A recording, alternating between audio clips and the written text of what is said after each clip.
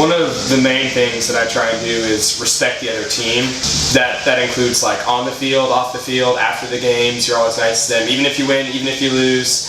I try not to be like too aggressive and too like yell at them too much, because I feel like that's not a good representation of Christ. If they fall, helping them up. Even if they're on the other team, they still need to be helped up and stuff like that. Not like talking down to them and respecting who they are as a team. Like if somebody gets knocked down, just to help them up and don't brag or trash talk to people. I guess just witness for Christ through how we exemplify our play. And even if we win or lose, not to brag or be a sore loser, and just congratulate the team no matter what happens. The main thing for me is just trying to be like the best I can be, and also just kind of just sharing my life with the younger guys on the team, because being an upperclassman now, it's like when I was younger, the people above me had a huge impact on my life, and just seeing the way that they acted, even on and off the field, just gave me a good perspective and kind of what I want to grow into be.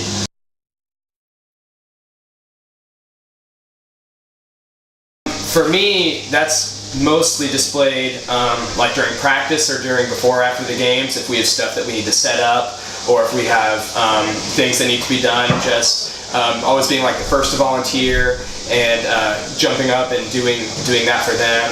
And then also if we need to have like an odd number or something, being the one to step out, like I'll sit off first. I'll let them go first and let them enjoy it when they can, and just being happy with them. Being an upperclassman, I know as a freshman I felt very, I guess, a part of the team, even though I was young.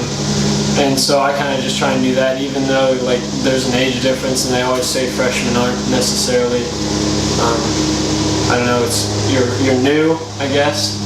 And so I just try and make the younger guys feel welcome, maybe go out to lunch with them, or just try and pick them up and always encourage them. So I guess trying to give the younger guys on the team kind of like a role model. Just kind of do good on and off the field always.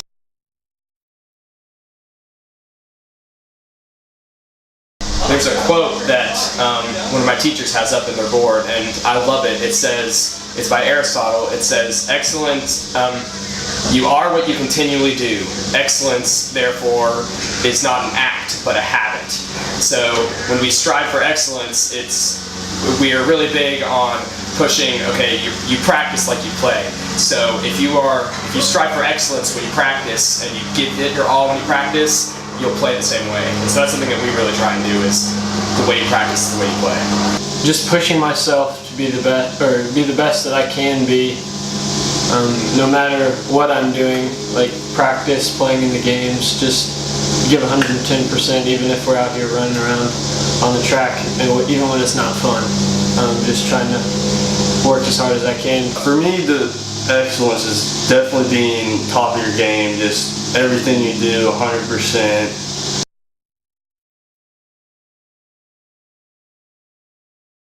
For me, that just means when people look at me as a soccer player and they see LCA, I am the representation that is LCA soccer. So whatever I do and however I act is the way that they're going to perceive LCA. So for me, that is acting to the best of my ability like Christ would, so that they know he is a Christ follower, and it represents that we believe something different than they do, and so we have to show that and act that out.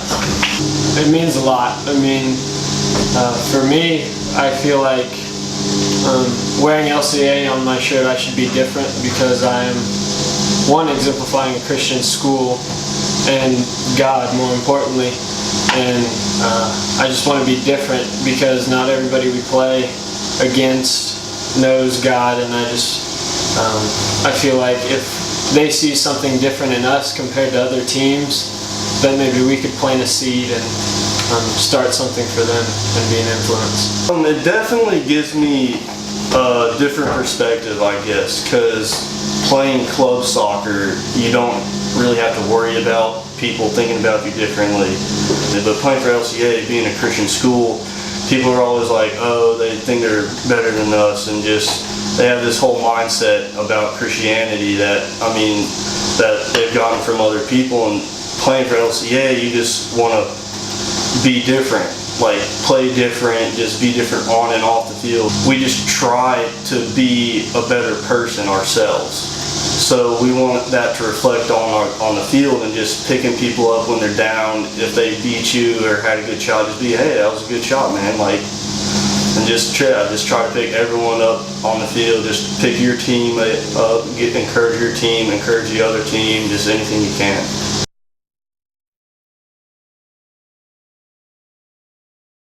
Leadership for me is not only, you don't always have to be in a leadership position.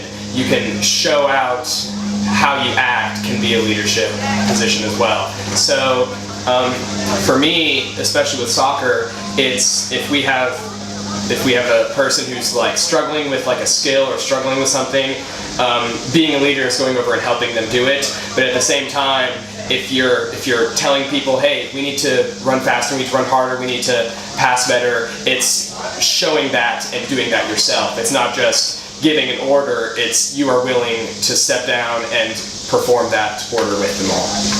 Well, silent leadership and loud leadership, sometimes it takes more leadership to step down and let somebody else take the lead. It's hard for me because I am usually the one, I'm kind of vocal and usually in the position to be the leader, and sometimes that for me is good because I like other people's ideas too. So just kind of letting other people step up, and sometimes when I need to step up and encourage people and just build my team up and tell them what to do. And being a leader for me is, I guess, just doing all the hard stuff, because like during practices we have to like shag balls or move the goals, and always stepping up, trying to be the first one to do that. And also like just being a role model for the younger guys on the team, and just giving 110% even through practice, even if it's hot or cold and you just don't want to be there. You just always need to be a light that the younger guys can look up to.